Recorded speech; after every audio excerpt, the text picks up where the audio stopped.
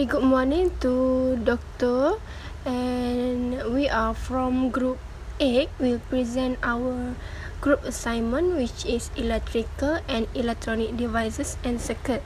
So our group member is MUHAMAD NAJIY SYAHIRAN, Nur SHAZLENA, Nik AZIATUL AIDA, Nur ARISSA, Nur SHAMIMI, and Shameel Isfahan. So, my name is AZIATUL AIDA, and I will start present the introduction. So, electronics is the branch of technology or science that deals with the use of components to control the flow of electricity in a vacuum, gas, liquid, semiconductor, or conductor. So both electrical and electronic circuits and system control electron flow, but their applications are distinctly different. So alternating current, which is AC, is defined as the basic electricity format that comes out of outlet. The name is derived from the waveform which the current takes, while direct current, DC, control uses electrons that travel in a straight line. In comparison to AC's wave motion, this linear movement gives its name to this current. So electrical devices known as electrical devices are those that transform the current into other types of energy or operate such devices. Technically, all electrical and electronic devices need a stream of electrons for the operation of the circuit. So the transformer is used to relay the voltage on both electrical and electronic circuits. Okay, for the objective, we found 4 objectives, which is first, to describe the concept and differentiate the various functions of electrical circuit. Second, to solve a simple DC and AC circuit problem. Third, to differentiate between electrical and electronic devices, and a few examples. And lastly, to identify and solve the burning socket problem. So, Okay, next is electrical devices versus electronic devices. In comparison of definition for electrical devices, it is defined as the device which use the electrical energy for performing the but electronic device, the device which control the flow of electron for performing the the task is known as the electronic devices. In material use, the electrical device use metal like copper and aluminium are used for the conduction in electronic device, semiconductor material, germanium, and others. For operation principle, electrical device convert the electric to a form of energy in electronic device. Use the electrical energy for performance. Next, the current device is using alternating current. In electronic device, use direct current. For voltage, electrical device you works on high voltage, but electronic device work on low voltage. For example, electrical device is transformer, motor, generator. For electronic device is example of electronic device is transistor, diode, microprocessor, flip-flop, amplifier, and so on. Next. Assalamualaikum, and my name is Najma binti Ismail. I will continue for the presentation part of electronic devices operated with DC power supply and AC power supply. So to monitor electronic devices such as computer, cell phones, washing machine, TV remotes, digital camera, radios, and indeed all electrical devices use direct current. Using these parts, bipolar transistor, FETs, and integrated circuits are all required direct current to power them and will be affected if supplied with reverse polarity. As all these things are powered by AC means, there is a device within the unit called a power supply that converts the incoming AC to direct current with the correct voltage inside the electronic component. So for a depth understanding, I give an example such as laptop. Laptop use DC power supply to run.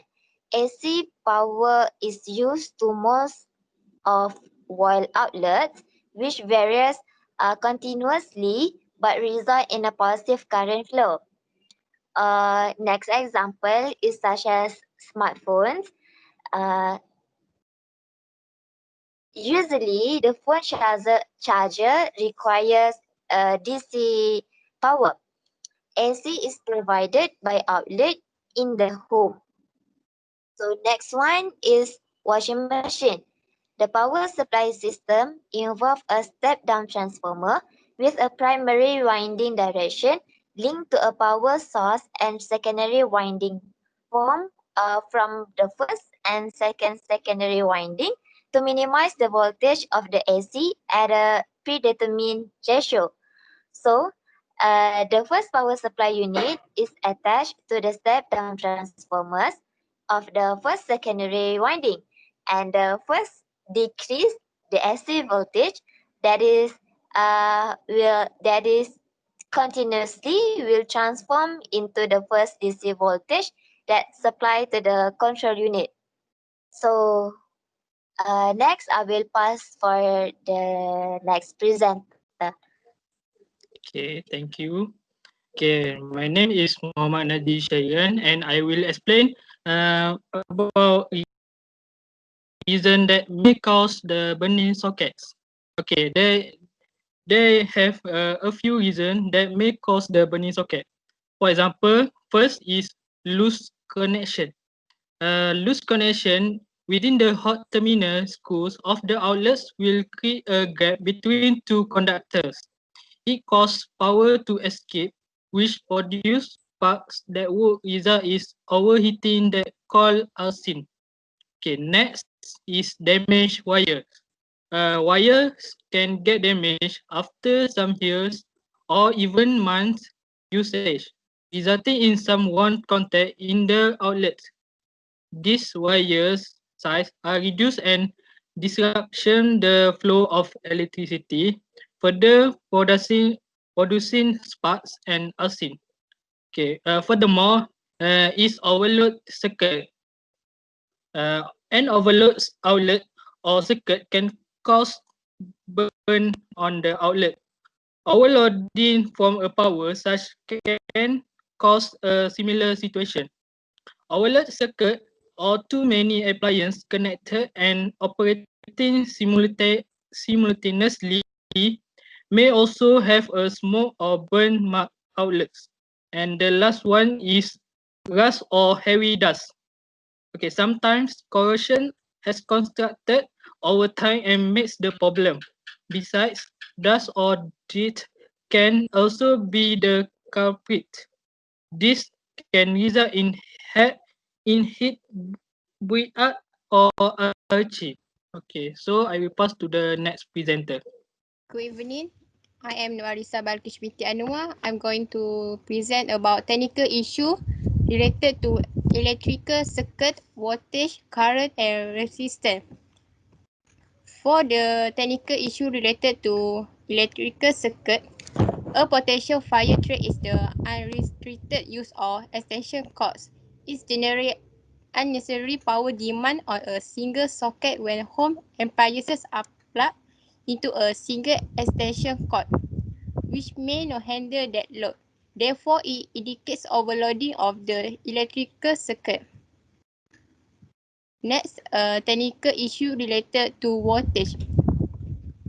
The wire in a circuit can find a shortcut by passing the load and other components.